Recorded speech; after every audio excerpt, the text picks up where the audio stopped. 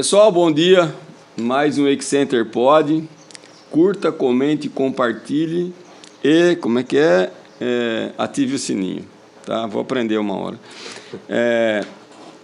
Bom, vocês já sabem, acho que está todo mundo meio que já saturado de saber que a gente sempre começa de uma mesma forma falando que o podcast é para vocês se interagirem, é para vocês, tem conteúdo.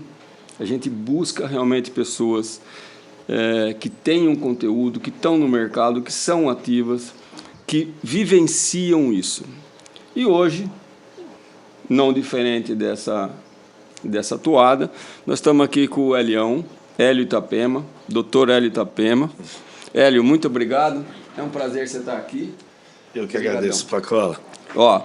O Hélio é o seguinte, ele é faixa preta, lutador, então a gente não pode contrariar o sujeito. Né? Regra número 1, não pode contrariar o sujeito. Ao contrário, eu sou a pessoa mais pacífica do mundo. Adoro ser contrariado, me faz pensar de outra forma, isso é muito bom.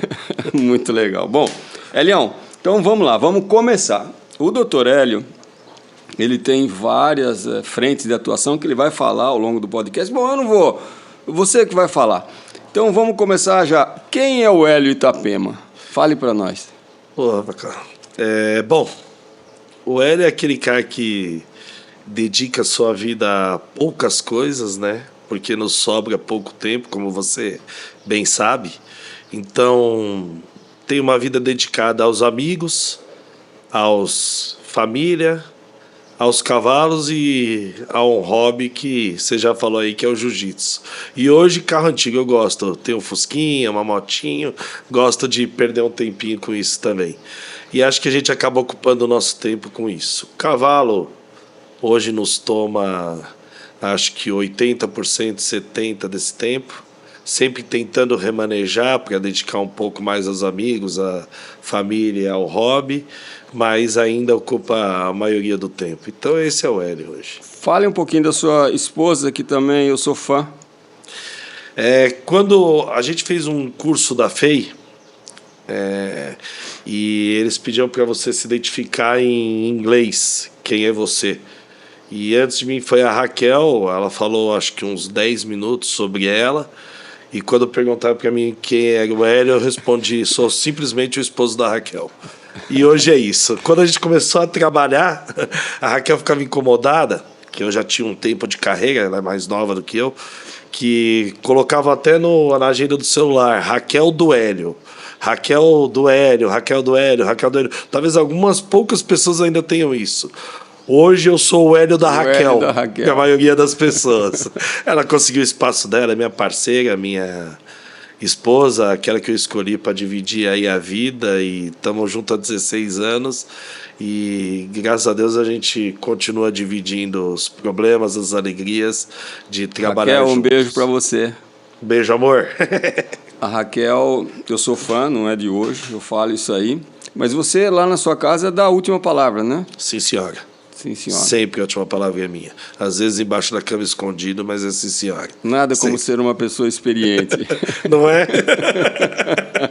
Mas é isso. Ela me aguenta muitos defeitos meus. Muita gente fala santa da Raquel e é santa mesmo.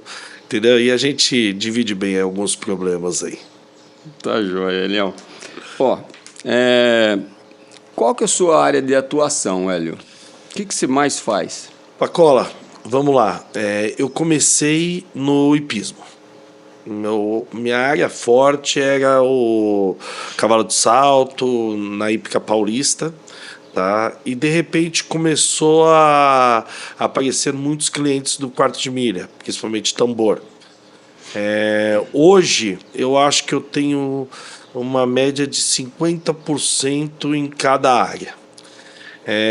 Claro, a quantidade per capita, acho que o tambor é maior. Eu acho que o cavalo quarto de milha, no geral, é maior hoje do que o cavalo de salto. Só que o cavalo de salto demanda mais tempo e a renda per capita também é maior. por cabeça. Então, acho que falando de renda hoje, eu acho que é dividido 50% no quarto de milha, 50% no hipismo. Agora, falando de número, o quarto de milha é maior do que o cavalo de salto. Hoje, eu acho que a maior demanda minha vai para o cavalo quarto de milha. E eventos também, que eu também sou RT de alguns eventos, então, cada dia menos. Pacola, cada dia menos tem diminuído. Eu acho que a gente vai conversar mais para frente sobre isso. Só que eventos ainda tomam um tempo razoável ainda do meu dia. Elião, tem uma frase que fala, né? Você conhece uma pessoa que entende de cavalo quando ela olha para baixo e depois sobe o olhar. Você olha para baixo e sobe o olhar quando você olha um cavalo a primeira vez? Sem a menor dúvida. Eu começo dos cascos. Na resenha falam para começar pela cabeça. E sim, eu começo pela cabeça, mas para analisar clinicamente, sempre começo de baixo. Sempre começo de baixo. É um grande erro, com toda a importância que hoje a gente tem do esqueleto axial, que eu acho que é extremamente importante. Se você comer bola num casco, e por isso que eu valorizo muito o trabalho de ferradores, de casqueadores, divido muito, aprendo muito com eles e começo casco, boleto, canela, tendão, ligamento, joelho, escapulomeral. Até porque eu acredito que a maioria das claudicações ainda estão relacionadas à porção distal do carpo e do tarso. E depois a gente começa a avaliar em cima, não tirando a importância de coluna, não tirando a importância de... hoje, com as informações que a gente tem, poxa, acabei de fazer o curso da Bruna, de esqueleto axial, e extremamente importante, um grande aprendizado. Eu acho que é uma das coisas que está evoluindo muito, mas ainda dou grande importância a casco, joelho, boleto, acho que é o que a gente tem de mais importante. Então, você está indo já para as patologias, mas eu quero voltar ainda em perguntas mais básicas. Antes de a gente entrar em patologia, o que é um cavalo para o Dr. Hélio? E fale em nome da Raquel também, vai. O que você acha que seria um cavalo para ela? A gente tem opiniões diferentes quanto a isso, Pacola. É engraçado. Eu vou falar a minha opinião aqui. Cavalo começou com uma paixão. E eu não recomendo. Eu não recomendo você fazer do seu hobby o seu trabalho. Hobby é hobby, trabalho é trabalho. São coisas completamente diferentes. Quando você mistura... Eu ouvi o Flávio Augusto falar disso num podcast esses dias. Quando você mistura, você deixa de valorizar o seu trabalho como um trabalho. Não estou dizendo que você não tem que amar o que você faz. Porque se você também não gostar do que você faz, vai ser muito sacrificante. Eu gosto do que eu faço, amo o que eu faço. Mas cavalo hoje se tornou um desafio. Um desafio de resolver uma claudicação, um desafio de deixar ele saudável. E eu adoro lidar com a medicina veterinária como um grande desafio. Porque quando é um hobby, acho que você mistura sentimentos. E é muito ruim porque a gente vive disso. A gente tem que receber por isso, a gente tem que... a gente não pode tratar o proprietário ou um cavalo como sua propriedade, ainda é da propriedade do tutor. Então, quando ele quiser trocar de veterinário, você não tem que sofrer por isso. Quando ele quiser uma segunda opinião, você não tem que sofrer por isso, porque é total direito dele.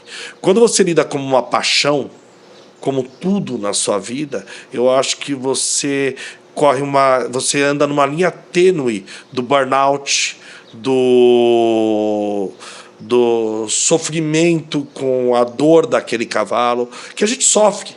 A gente sofre. Eu ouvi você falar no podcast que há muito tempo você não sofria por um cavalo e você sofreu por uma mula há um pouco tempo atrás. E a gente sofre, claro, casos específicos a gente sofre. Mas imagina se a gente dedicar uma paixão, um amor extraordinário. Eu acho que você começa a deixar o conhecimento um pouco de lado. A gente tem que ser frio em muitos momentos. na maioria deles. Então a gente tem que ser frio, tratar como uma patologia, pensar no cavalo como um todo, e então eu vou na contramão do que a maioria das pessoas falam, que cavalo é a paixão, é a vida. Eu vou te falar o que é o cavalo para mim. É o meu ganha-pão. E eu amo o que eu faço. Eu não estou sendo uma pessoa fria, dizendo que eu não amo, que eu odeio o cavalo, longe disso. Eu amo. Senão eu não acordaria 5 horas da manhã todo dia para tratar de cavalo, senão eu não voltaria 3, 4, 5, 6 vezes para ver um cavalo manco, porque ainda não cheguei no ponto que me... E eu amo esse desafio. Eu olho, eu revejo, eu bloqueio 3, 4 vezes. Eu amo o que eu faço. Mas assim... O cavalo virou meu ganha-pão. Tá, você acha que a tua vida atlética te ajudou a ter esse discernimento e essa clareza? Eu lembro que um professor, uma vez, de luta marcial, ele falou, sabe quais são os 15 segundos mais longos que existem na sua vida? É aqueles que você está no ringue apanhando. Então, e ele falava, o momento que você perder a total clareza e o total discernimento de onde você está, você vai apanhar, né? Uma figura de uma linguagem, né? Falar assim, se você realmente é emotivo quando não pode, se você acha que o esporte te ajudou? Totalmente, muito. A gente começou brincando que eu sou uma pessoa super calma, super tranquila, e acho que isso me deu muito. Eu acho que me deu muitas coisas. Primeiro, a resiliência. Primeiro, que são fases que você tem que passar para chegar no que é considerado o topo, que é a faixa preta. Segundo, quando você chega na faixa preta, que é o topo, você teve que passar pela branca, que você é o iniciante, pela azul, pela roxa, pela marrom, por graus dentro dessa faixa, e em cada faixa tem seu valor. E você tem que aprender que você não vai chegar na faixa preta em 1 ano. Tem um tempo para chegar nela. Eu acho que isso foi uma das lições. Segundo isso que você falou, o momento de sufoco é o momento que você mais tem que pensar, que se você parar de pensar, você vai se cansar e vai morrer ali embaixo. Entendeu? Tomando murro, tomando o que quer que seja, um cara de 180 quilos em cima de você. Você tem que pensar para poder sair daquela situação e chegar numa situação favorável a você. Voltando às fases, quando você chega na faixa preta, que você acha que você chegou no final, se você parar de correr, o faixa branca vai te alcançar e vai te passar. E a mesma coisa na nossa profissão. Se você parar de estudar, se você parar de se aperfeiçoar, se você parar de pensar, você vai ficar obsoleto. E as outras pessoas vão te ultrapassar grandemente. E o tempo é implacável, né? Você perdeu o tempo, o outro ganhou o tempo. Outro ganhou o tempo. Então, muita coisa me mostrou resiliência, hierarquia, saber respeitar as pessoas, saber respeitar o ambiente que você está. Então, quando você falou de segunda opinião, é respeito ético, né? Respeito ético, saber respeitar outra pessoa, independente, aí sim, dela ser mais nova, dela ser mais velha, porque uma opinião dela, do mesmo jeito que dentro do tatame, um golpe diferente pode te pegar e pode te finalizar, te matar, eventualmente. Você tem que saber respeitar, saber que a pessoa junto de você não é necessariamente seu adversário, porque na luta, sozinho, você nunca vai ser ninguém. E na profissão também acho isso. Sozinho você nunca vai ser ninguém. Quando a profissão sobe, você sobe também. E também isso. Porque a partir do momento que você vai dar aula de uma arte marcial que é seu hobby, se torna sua obrigação. A partir do momento que você é um atleta marcial, se torna uma obrigação. E tem suas dores, tem seus momentos ruins, seus momentos bons, assim como na profissão. Então, quando a pessoa acha que cavalo é meu hobby, eu amo cavalo, cara, saiba que dificilmente você vai ter teu cavalo como hobby se você for um profissional do cavalo. Você vai chegar no final de semana, todo mundo vai falar, vamos dar uma volta a cavalo, vamos fazer um churrasco aqui no ar. E você vai falar, eu prefiro ir para a praia, porque é o momento que eu vou relaxar um pouco minha cabeça. Porque se eu for andar a cavalo, eu vou ficar olhando aquele cavalo do meu lado manco, vou falar, putz, esse cavalo tá meio manco, poxa. Sacanagem, tá montando nele. Bom, você pode deixar um cavalo na praia também. Ou meu mesmo. E acontece, eu fui com a Raquel no final de ano, o cavalo passou na nossa frente, voltou, deitou, rolou, eu falei, não, aqui na frente não, na praia, no meio do nada. Entendeu? Então, eu vejo como muitos ensinamentos. Eu acho que na vida a gente tem que aprender com tudo e com todos. Eu acho que dentro do tatame, fora do tatame, na profissão, com o estagiário... Você aprende quando você menos espera, né? De pessoas que às vezes falam alguma coisa... Trocando o teu pneu, o tratador. Eu acho que essa visão global do cavalo é muito importante. Quando você entra numa propriedade, já vai olhando tudo. Você falou que a Raquel tem uma visão um pouco diferente. Qual é a visão da Raquel? Um pouco diferente. Ela é mais emotiva? Mais. Mas eu acho isso legal, eu acho isso bacana. Uma vez teve um caso bacana, eu cheguei em casa, a gente estava com um caso que super marcou a nossa vida. E a gente não estava controlando esse caso, como muitos que a gente atende, que sai do nosso controle. E eu cheguei em casa umas 8 da noite, ela estava chorando. E eu conversei com ela, ela falou, você deve estar me achando uma boba que eu estou chorando. Eu falei, não perca isso. Não perca esse amor, esse entusiasmo. Só que enxugue, abre um livro, vai estudar para a gente conseguir vencer esse desafio. Esse a gente perdeu. E ambos choramos por causa desse cavalo. Só que eu acho que tem que ter isso. Tem que ter ainda essa paixão, esse amor. Não pode também ser mais um. Até uma articulação. Eu estava falando ontem isso. Que a gente estava fazendo uma sepsia para infiltrar um cavalo e num lugar que tem muitos cavalos, centro de treinamento. E falaram, nossa, vocês limpam mesmo, né? Falei, que a articulação é muito séria. Ele falou, aqui a gente já perdeu uns 3 cavalos que falou, mas é assim mesmo. A cada 10 cavalos que infiltra, um dá uma artrite séptica. Eu falei, não. Eu não aceito isso como regra. Eu não acho que é assim mesmo. Eu amo uma articulação. Eu não posso perder por uma coisa que eu posso evitar. Isso eu penso. Eu acho que isso é realmente amar um cavalo, é realmente fazer o possível do que está dentro do nosso campo para poder salvá-lo. Isso, você sabe que, aproveitando o gancho e furando um pouquinho aí o script aqui, artrite séptica, né? A gente vê muito em potrinho, porque a gente mexe com área de criação, então vira e mexe potrinho. E eu brinco, sempre eu faço uma analogia. O proprietário, mesmo as pessoas menos técnicas, né? Ele olha um corte, ele olha um cavalo sangrando, o cavalo está sangrando na garupa, ele entra em pânico. Está sangrando, ele entra em pânico, liga, tem que vir, tem que suturar, tem que fazer alguma coisa, costurar, né? Tem que fazer alguma coisa. O cavalo tá sangrando. Então ele entra em pânico.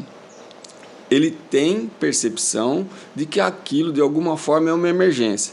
Por outro lado, uma artrite séptica, um cavalo que está inchando lentamente, que está claudicando, que não está correspondendo bem, não gera aquela sensação de urgência. Sim. E a pessoa posterga.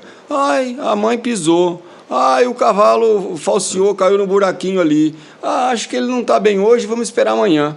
Então existe uma postergação porque a pessoa não tem essa concepção e às vezes não tem até antes de colocar agulha, né? Da gravidade, do risco que está... Sem dúvida. E o pior que me dá um pouco de medo é achar que é assim mesmo. É assim mesmo. Não é assim mesmo. Eu acho que esse problema de postergar tem muito menos relação com o atleta, com o potro eu acho que mais ainda. Começou a encher a articulação. Ele tá manquinho. Mas normal. Ontem ele estava correndo piquete, deve ter dado um entorse. Uhum. Aí depois de 4, 5 dias... vira uma bola de neve, né? A gente sabe que uma artrite é uma bola de neve. É uma urgência urgentíssima. Eu concordo com você. Eu acho que no atleta, a artrite menos. Eu acho que tendão e ligamento é muito mais assim. Porque ele é muito invisível, né? Então, por exemplo, às vezes você pega o tendão flexor com aumento de volume, só que o cavalo não está mancando e o cara tá indo. Aí quando chama, já tem um cano de PVC em vez de um tendão flexor, ou uma ruptura completa do tendão que não tem mais como voltar. Eu queria falar também, antes de entrar em patologia, da sua experiência com a tragédia do Rio Grande do Sul. O doutor Hélio, algumas coisas ele mentiu aqui para vocês, porque ele fala assim, não, eu divido 100%, eu sou razão, eu tiro a emoção. Mas daí ele já se traiu falando que ele chorou. E ele tem um lado humano sensacional, ele é bastante humano, a gente sabe disso. E ele foi um dos coordenadores, fale você, do Solidarivet. Pronto. Na verdade, a ideia surgiu por mim, vou abraçar esse mérito. Mas foi quando o Gui, da Guadalupe, colocou uma fonte, se eu não me engano, de artroscopia para leiloar, para ajudar na tragédia do Rio Grande do Sul. Claro que todos nós ficamos impactados com o que aconteceu lá. Foi uma coisa que assustou todos nós. Quando o Gui colocou a fonte de artroscopia para leilão, à disposição para leilão, para ajudar, eu falei, cara, por que a gente não se une? Nós, veterinários, foi num grupo que você está até... E fazemos um compilado de vários veterinários fazendo umas palestras para poder angariar dinheiro 100% destinado à tragédia do Rio do Sul. Pô, baita ideia. Nisso, vários veterinários... Nossa, mas foi assim um número absurdo de veterinários que... Pô, eu posso dar uma palestra, né? Eu posso fazer, eu posso ajudar, eu posso... E todo mundo começou a ajudar. Aí eu até tirei um pouco meu nome de campo. Então, eu não acho nem justo colocar o Solidarivet como uma ideia do Hélio. A ideia inicial, o pontapé inicial... Pode ter sido meu, mas depois entraram N veterinários, tal, e isso sim eu computo muito quem agarrou muitas rédeas foi a Raquel. A Raquel agarrou muitas rédeas, inclusive o primeiro ela tocou, foi apresentadora, foi... E não era, Pacola, foi muito engraçado, porque é para cada um apresentar um dia para não sobrecarregar uma pessoa de ter que estar em casa todo dia 5 da tarde. Você sabe, você está fazendo esse podcast, sabe o trabalho que dá, entendeu? Você tem que pesquisar a vida da pessoa, você tem que... Até para fazer a introdução da palestra é chato. Você chegar na palestra e fala, você quem é? Se apresenta aí. É chato, você tem que saber bastante da vida da pessoa, tal. Então ela agarrou isso muito bem. Quando ela foi apresentar o primeiro, era para alternar. Cada dia fazer a apresentação. Quando ela foi apresentar o primeiro, cara, começou a chover de mensagem no meu WhatsApp. Que é a Fátima Bernardes. O que está acontecendo no William Bonner? É a Fátima Bernardes. E o pessoal da organização falando, eu não vou apresentar depois desse show que a Raquel deu. Eu não vou apresentar, eu me nego, porque ela apresentou, e foi em inglês ainda o primeiro, porque era uma americana, não sei se é a Pamela, quem que é que estava apresentando, e foi em inglês, e ela, desenvolveu tão bem e tal, e fez o encerramento. Quando ela abriu o celular dela, tinha umas 8.500 mensagens. Não vou apresentar, é você. Isso quase deu divórcio. Porque teve um dia que a gente estava junto e eu não posso atender mais um cavalo, que eu tenho que estar 5, que eu tenho que tomar banho, eu tenho que lavar o cabelo, eu tenho que fazer escova, eu tenho que me maquiar. E eu falando, cara, mas eu tenho que atender. E aí a gente voltou correndo para São Paulo, meio que conversando, quase que brigando, e de repente deu uma briga, isso no primeiro Solidário. E deu super certo. Tivemos, acho que perto de 500, 600 inscrições. Foi um negócio muito bacana. E, não, na minha opinião, não tinha como dar errado. Porque um negócio online, com palestrantes de um nível... Eu assisti todas as palestras, Pacola, e foram espetaculares. Palestrantes de um nível absurdo, tal. Deu super certo. De repente, elas vieram no treinamento em Sorocaba com o Léo, de resgate técnico, a Letícia e a Raquel, que a Letícia também participou super ativamente. Ela está trabalhando com o Marcelo Servos hoje, na Hípica. E aí o Léo falou, por que vocês não fazem o segundo? Ainda está precisando, acabou o dinheiro do primeiro, faz o segundo. Aí elas mandaram no grupo que a gente tem interno do Solidário. Hélio, a gente marcou de fazer o segundo. Eu falei, não arruma pra minha cabeça, pelo amor de Deus. Não, marcamos, já estamos vendo palestrante e tal. Eu falei, tá bom, tal. Fizemos o segundo. O segundo já não teve mais, apesar do nível dos palestrantes, poxa, a gente tinha... Eu não quero citar para não ser injusto com quem eu esqueci. Eu acho que eu não vou citar. Todos foram espetaculares. Mas palestrantes internacionais, a gente tinha 5 no segundo. Schumacher, a Pamela foi no segundo. Assim, um nível absurdo, Pacola. E uns temas escolhidos a dedos. A gente montou uma banca de veterinários para escolher o tema. Aliás, agradecer a Patricinha, que ela traduziu a palestra do Schumacher e fez uma tradução online da palestra do Schumacher para a gente. Fantástica. Foi fantástico, espetacular. E a gente custou para ter 100 inscrições. Aí eu já achei que falta um pouco de vontade dos estudantes. Dos 100, a gente teve acesso às inscrições. A gente tinha, acho que, 80, 90 de veterinários já renomados. Veterinários que já têm um nível bom.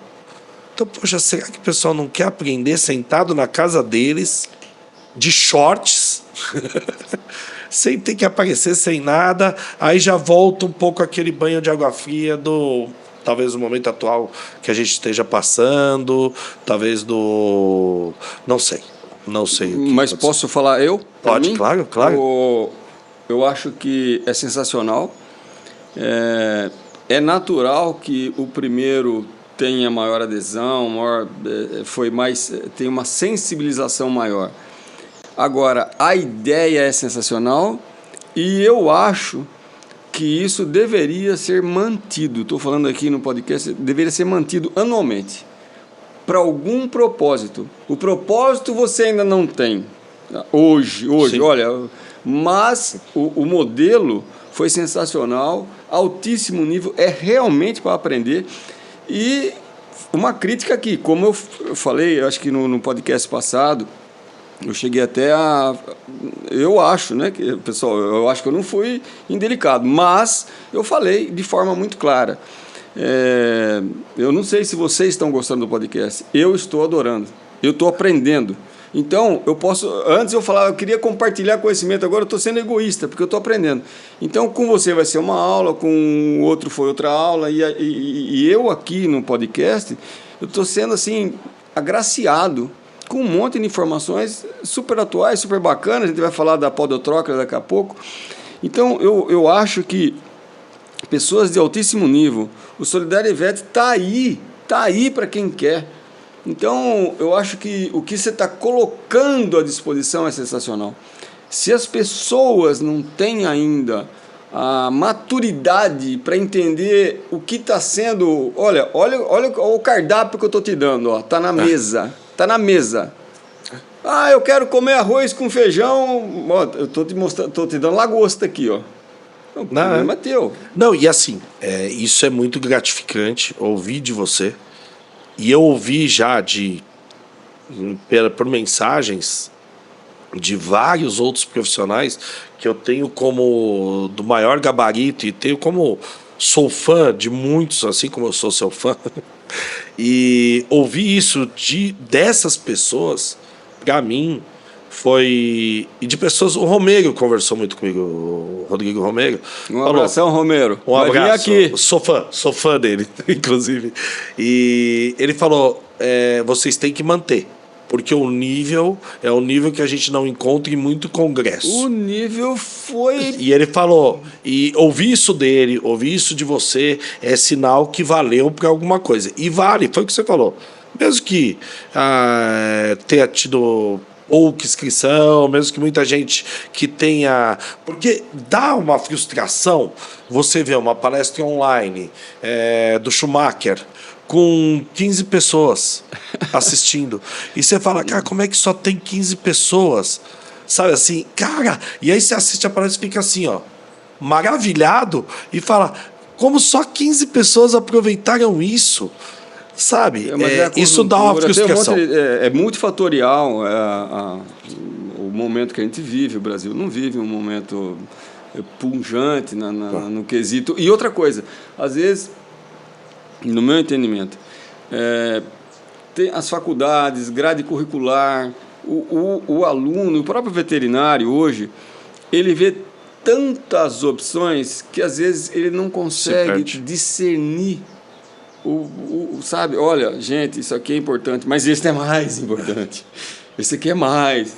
Então, você vê tudo, acaba jogando tudo numa mesma plataforma, no mesmo nível. E o bom fica muito perto do ruim, que muito perto do ótimo. Às vezes longe do ruim, né? Que às vezes você vê o ruim. Sim, o ruim hoje é raro. É difícil você ver alguém despreparado falando. Não. E eu não tô falando dessas pessoas que você tá pensando, não. Tem gente ruim que deveria estar na cadeia e você olha e fala, como é que essa pessoa tá com... Como é que tem 1000 pessoas assistindo esse cara, meu Deus do céu? Eu não tô falando de pessoas que pensam diferente. Que pensar diferente é bom. Isso é bom, independente de qualquer coisa. Eu acho que tem muita coisa boa. Isso sem dúvida nenhuma. E a gente aprendeu a abraçar essas coisas boas, porque a gente talvez não teve acesso a isso. E quando a gente vê esse acesso, a gente fala assim, caramba, em vez de eu ter que ler um Stachak inteiro, eu posso assistir uma semana dele online, quase. Será que é isso? E é um pouco isso, né? Viu? A próxima pergunta, por incrível que pareça, a gente já adentrou nela, virou um pouco... Já misturamos as áreas, mas era a sua visão da medicina veterinária equina. Como que você vê a medicina veterinária equina no Brasil? Eu também, talvez eu vá na contramão. Eu sou o contraponto de muitas coisas que as pessoas acham por aí. Eu acho que a grade curricular está muito fraca. Eu dou muito estágio e, infelizmente, hoje, acabei de citar o Stachak, e outro dia na minha mesa, com outra veterinária, a gente começou a citar autores de livros que as pessoas que trabalham com o cavalo têm que gostar, e as pessoas não tinham ideia de quem eram. Então, quando você fala de Auer, fala de Stachak, os estagiários falam, não tem ideia de quem seja.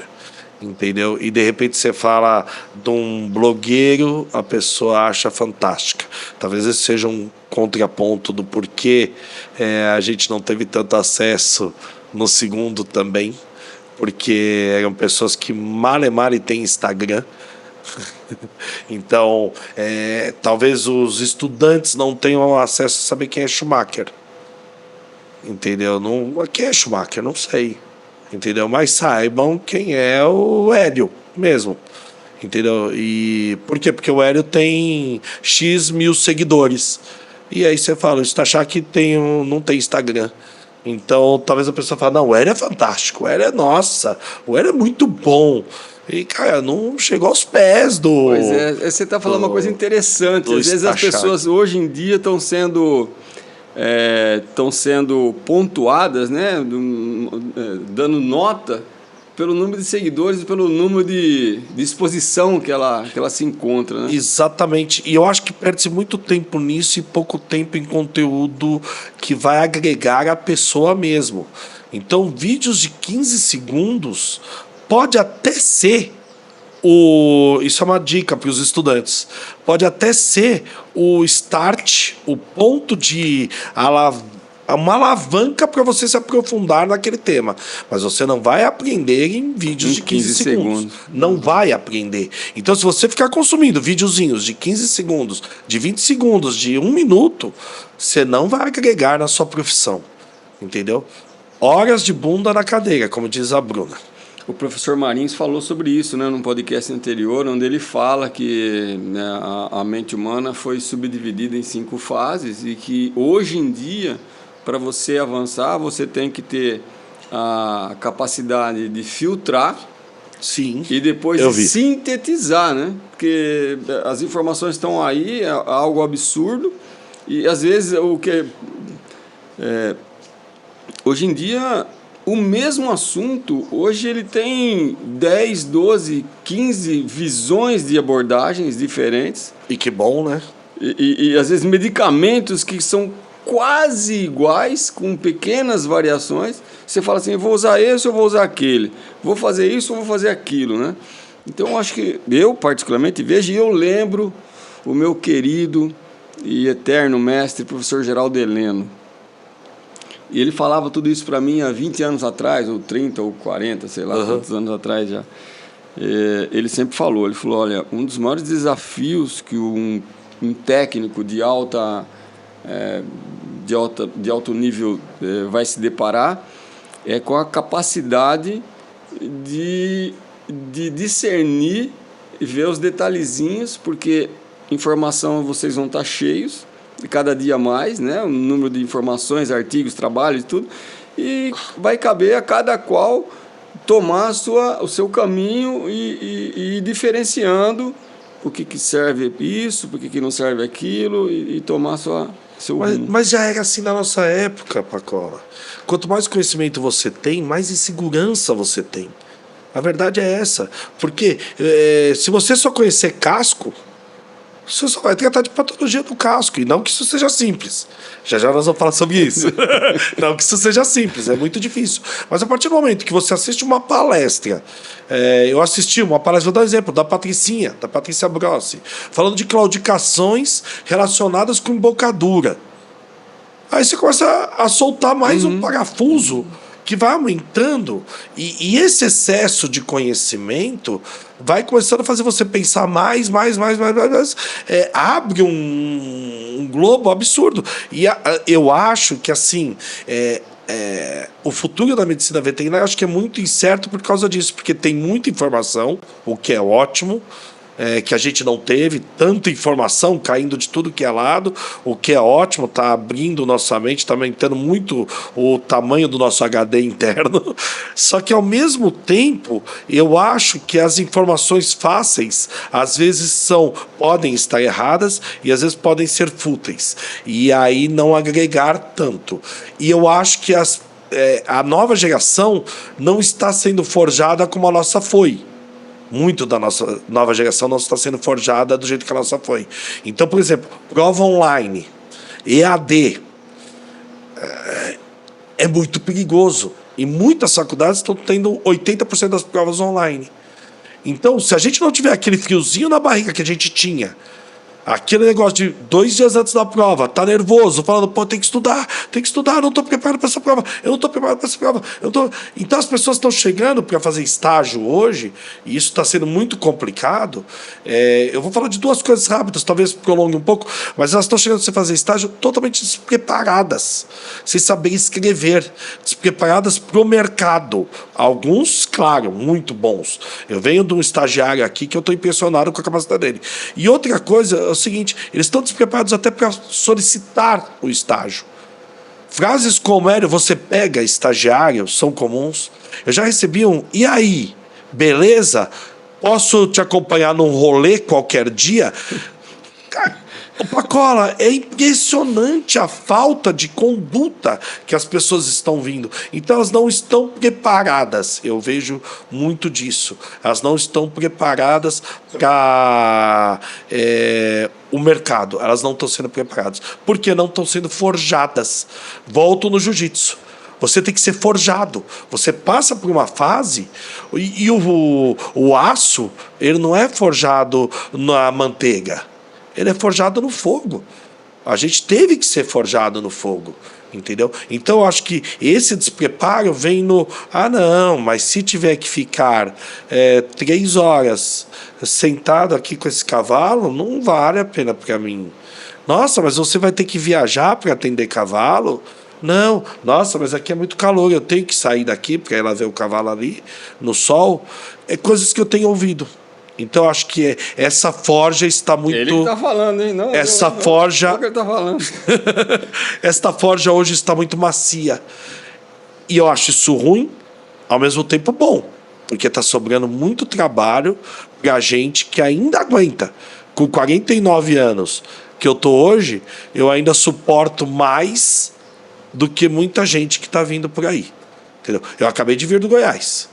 Eu vim do Goiás, fui atender lá, passei em Bauru, Ourinhos, Avaré e tô aqui, entendeu? Então, quer dizer, Eu acho que tem que tomar cuidado, porque o cavalo ainda precisa de muito conhecimento agregado à vontade. E volta em tudo que a gente falou até agora, até no amor. Ai, cavalo é meu hobby, cavalo é meu amor. Tá, mas você se sujeita a ficar a atender um debaixo de chuva, já que é seu amor? É bom, é o amor igual a relação de jovens hoje em dia, né? Se é meu amor, amanhã cedo já não quero mais. Já não quero mais. Eu acho que é um pouco isso. Eu acho que está tudo muito... nesse sentido, eu acho que está vindo coisas muito fáceis. E aí eu talvez veja um futuro obscuro. Tomara que em algum momento eles virem a chavinha.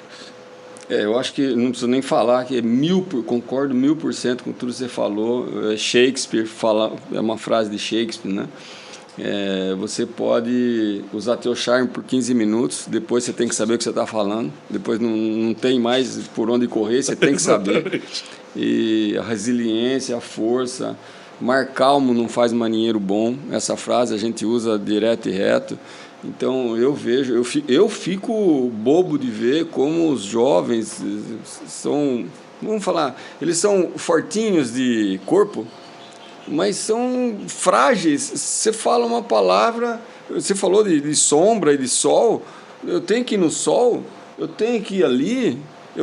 Você fala para o cara andar 100 metros, ele fala, tem algum carro, uma moto, como é que eu vou ali? Então é impressionante, você fala, que mundo é esse? Exatamente. E não é dizer, mas a gente passou por tudo isso. A gente passa por isso. A gente passa por isso. A verdade é essa. Não é esse morango, vamos dizer assim. Eu brinco, já falei isso em podcast passado e volto a falar. Eu acho que o veterinário, na minha época, nossa, sabe o que eu já cheguei a fazer em atendimento? Que eu atendia fora, né? Eu cheguei algumas vezes, eu parei o carro, isso não é uma vez, hein? Vou fazer um depoimento aqui. Eu parei o carro na entrada da propriedade, descia e ia a pé. Largava o carro na porteira. Motivo? Eu queria ver. Eu queria dar o tempo para eu ir vendo, olhando, enxergando, cheirando, pensando, refletindo, vendo a distância que os animais têm que percorrer até um determinado local ou outro. Então, mas é forma da gente ver a vida, né? Da gente encarar o compromisso que você tem. Eu penso assim, eu acho que se você marcou um compromisso, que você falou, vou passar aí, vou fazer bem. Sim. Então ajoelhou, reza. Ajoelhou, reza. Falou. Horário. Esses 2 últimos meses eu comecei a deixar estagiário em São Paulo. Saio 5h30 da manhã. Eu tô chegando em 5 minutos, peguei trânsito. Tudo bem, amanhã você me acompanha. Porque eu tô saindo 5h30. Porque eu não acho justo, com o primeiro atendimento, que eu marquei às 7, chegar às 7h15. Hoje eu falei pra você, chego às 7h31. Eu tinha compromisso antes, tinha coisa pra fazer antes. Eu corri, ainda brinquei com o seu filho, falei, acho que eu chego às 7h28. 7h28 eu tava na porteira. Eu penso muito aí, assim, né? Também. Viu? Agora vamos começar a adentrar já em casos, mas você falou casco, você falou casqueiro, fala de casqueiro, porque você trabalha muito com parte distal e também queria aproveitar um gancho já. Você falou de BH e de cavalo de tambor. Quais as principais diferenças em termos de patologia de BH para tambor? Muito. Eu acho que a patologia do momento é a síndrome da podotróclea.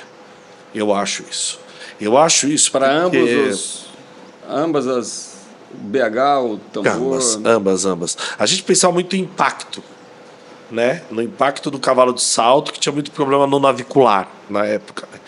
Que a gente chamava de síndrome do navicular, né? Então dava muito problema navicular por causa do impacto com a porção palmar do casco. É muito impacto, um cavalo ao passo deposita metade do peso dele. Pode falar da podotróclea? Posso. Um cavalo ao passo deposita metade do peso dele, então um cavalo de 500 quilos, 250 quilos ao passo, ao galope chega a quadruplicar isso, então mais de 1.000 quilos, chega a 2.000 quilos, imagina saltando por passada. É uma coisa absurda para sustentar nessa região da podotroclea, nesse ossinho do navicular. Só que hoje, a gente descobriu com o advento da ressonância magnética, a gente descobriu que a gente tem muito problema no tendão flexor profundo, tá? No osso navicular. Então, você estudou na mesma época que eu e viu que um dos problemas que a gente tinha com neurectomia estava relacionado com a ruptura do tendão flexor profundo dentro do casco. E na época a gente estudou que era por distúrbios vasculares causados pela neurectomia. Hoje eu vou além. Eu acho que a gente podia diagnosticar mal essas tendinites dentro do casco, que, por exemplo, hoje a gente tem ultrassom. No ultrassom, a gente pega algumas tendinites nessa região do tendão flexor profundo. Então, região de inserção do tendão flexor profundo na P3, na terceira falange, e região onde ele passa aqui junto com o osso navicular. Tá? Viu? Eu queria aproveitar, mostra por baixo para mostrar quão perto é da sola. Quão perto é da sola. A pressão Olha a pressão e o impacto nessa região, que você só tem um coxinho plantar aqui para absorver impacto. Tá? Então, toda essa região, e além do que, Pacola, uma coisa que aí vamos elogiar os ferradores, casqueadores, ângulo palmar negativo. Se você tracionar essa falange para cima, vamos dizer, num ângulo palmar negativo nesse sentido, você vai fazer o quê? Aumentar a tração do tendão flexor profundo. Então, quando você pensa na mecânica do boleto abaixando, tracionando o tendão flexor profundo também, e a falange voltada nesse sentido, você tem uma tração muito maior do que o tendão consegue suportar. Tendinites recidivantes, vai lesionando. De repente você tem uma patologia, uma tendinite dentro do casco. Hoje, com a ressonância, a gente sabe que a síndrome da podotroclea, 80% dos cavalos com dor nessa região tem algum envolvimento do tendão flexor profundo. E aí eu te falo... É alta, né? Incidência. Altíssima. E aí você fala, mas na minha região eu não tenho ressonância. Ou a ressonância é muito, muito cara. Tudo bem, mas você tem trabalhos. Eu estou falando aqui, eu não estou falando embasado em voz da minha cabeça, em trabalhos. Se você pensa que 80% tem tendinite, já pense em tratar a podotroclea como se já tivesse uma tendinite lá, entendeu? Então, quer dizer, hoje eu já tomo o dobro de cuidado quando eu penso em infiltração de bursa de navicular, em infiltração de interfalangiana. Não, pouca. Hoje pouca, já fiz bastante. Só que você perfura o tendão, só que aí você não tem o diagnóstico de uma tendinite, você vai jogar um corticoide ali, e aí? E se você tiver uma tendinite já grave lá dentro? E jogar o corticoide, perfurar o tendão, mas tem um acesso lateral. Pouca gente faz, eu até já fiz, é um acesso mais difícil de ser feito. E aí você vai jogar corticoide de qualquer forma ali. E com a bursografia da bursa do navicular, a gente vê que tem extravasamento de bastante conteúdo para a bainha do tendão também. Você pode acessar a bainha do tendão. Então eu acho que tem que se tomar alguns cuidados que antes a gente não cuidava. A gente tinha um problema navicular, a gente fazia infiltração da bursa do navicular ou infiltração de interfalangiana. Hoje, o que eu trabalho? Já respondendo essa pergunta. Ferrajamento, suporte, colocar a falange no ângulo dela. Quando você tem uma falange num ângulo levemente positivo, como você tem aqui, o que você faz? Você afrouxa o tendão flexor profundo para diminuir o contato dele sobre a bursa navicular e o osso navicular. Consequentemente, diminuindo a pressão, você diminui a lesão ali. Você dá mais conforto para o cavalo. Se você tiver uma tendinite aqui, você também está tratando a tendinite. Então, eu acho que o suporte de um bom ferrador, de um bom casqueador, para a gente, nesses quadros de síndrome da podotroclea, é 80% do caminho andado. 80% do caminho andado. Eu resolvo 80% das patologias com bom ferrajamento, com bom suporte. E não estou falando de ferradura ortopédica. Estou falando de um bom casqueamento, que muita gente pode perguntar, qual ferradura você usa nesses casos? Entendeu? Não tem uma receita de bolo. Não tem uma receita de bolo. Tem que avaliar raio-x, tem que avaliar que quando você coloca a falange no ângulo certo, automaticamente eu já vi mais de 10 cavalos pagarem de mancar. Ô Hélio, sobre ferradura com guarda-casco, ou você fechar a sola. É óbvio que a gente não está falando de patologia. Sim. A gente está falando, mas você gosta, você vê com bons olhos. Uso, gosto. Eu acho que o guarda-casco ele auxilia, porque você tem uma movimentação dos cravos na ferradura. Então dizer que a ferradura, você prega os cravos e o cravo sustenta a ferradura no casco, é uma grande mentira, porque ela movimenta, o impacto é muito grande, a alavanca é muito grande. Então, a próxima pergunta que eu ia fazer para você é exatamente isso, porque, na realidade, tudo isso aqui a gente fala de uma forma estática. E o cavalo está andando, então tem aprumo e tem um cara lá em cima forçando ele a desenvolver determinados movimentos. Que às vezes não são tão naturais. São apropriados para alguma patologia. Como é que a gente ainda... Você acha que a gente tem ainda muito a compreender o cavaleiro? Porque, outra observação que eu queria fazer ao longo do podcast todo. Eu olho o Sisson e eu adoro o Sisson. Sim, para mim, eu acho que não teve ainda outro substituto. Outro livro tão minucioso. Mas daí eu falo assim, caramba, o cara segmenta tudo, né? Ele pega ele pega um osso e dá um nome, ele pega um ligamento e dá um nome, ele pega um dente e dá um nome. Mas por outro lado, eu falo assim, o organismo é único. E daí você entra no que a Patricinha falou. Pô, você bate no dente, repercute na coluna e vem no casco um reflexo daquilo ali. Então, eu vejo que o cavalo é único e quando colocamos um indivíduo em cima, o cavalo é único com o indivíduo. Todos interligados. Então, um comando para trás ou para o lado ou para isso, para um desequilíbrio, joga toda... Você fala assim, puta, eu queria que o cavalo ficasse centralizado. Daí o cara faz um movimento, pronto, lá vai coxar o meu navicular... Quer ir além? Eu vou além.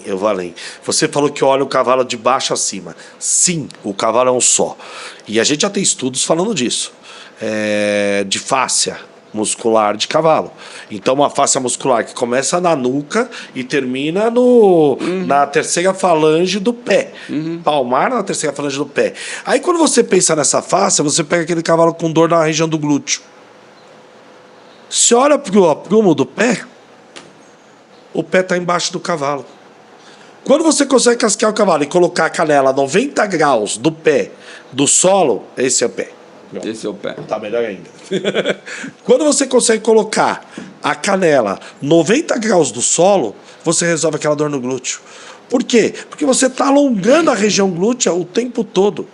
E vamos além. Pacola, faz 10 anos, mais até, que eu não opero um ligamento patelar. Por fixação de patela, por algum outro problema de patela. Por quê? Ângulo. Se você deixar o fêmur em relação à tíbia reto, você vai ter vamos dizer, um estresse menor.